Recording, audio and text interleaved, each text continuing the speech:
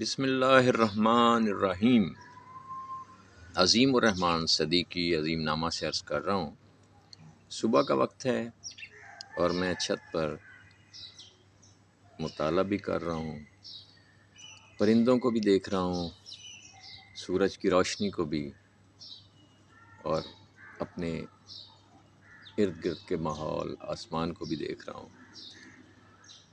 اور مطالعے کا بھی یہ وقت ہے، میرے لکھنے کا بھی، تو آپ کو شامل کر رہا ہوں کہ کل میں گیا ایک مارکیٹ میں، پرانی کتابوں کی مارکیٹ ہے ادھر ٹاؤن شپ میں، تو وہاں میں نے یہ کتاب دیکھی، شب دیدہ،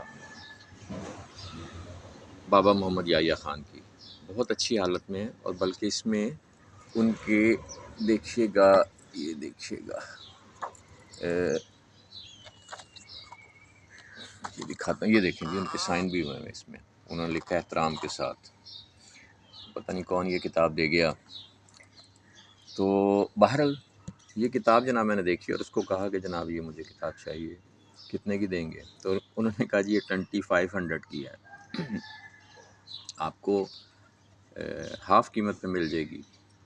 خیر میں نے کہا یار یہ کتاب آپ سے شاید ہی کوئی لے، بس ہم جیسے لوگ رہ گئے ہیں اب پڑھنے کے لیے، سو مجھے آپ دے دیں، میں آپ کس کو 700 روپے پیش کر سکتا ہوں۔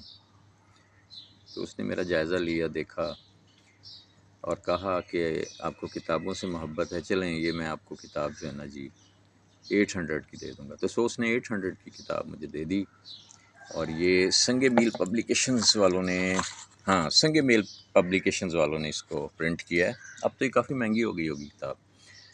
بہرحال یہ جناب کتاب میں نے لے لی ہے، بابا محمد یحییٰ خان صاحب کی، بہت اچھے لکھاری ہیں، بہت اچھا لکھنے والے ہیں یہ، اور بہت بڑی شخصیت ہیں۔ سو میں یہ کتاب پڑھوں گا اور اس پہ جناب پھر تبصرہ آپ کو دوں گا۔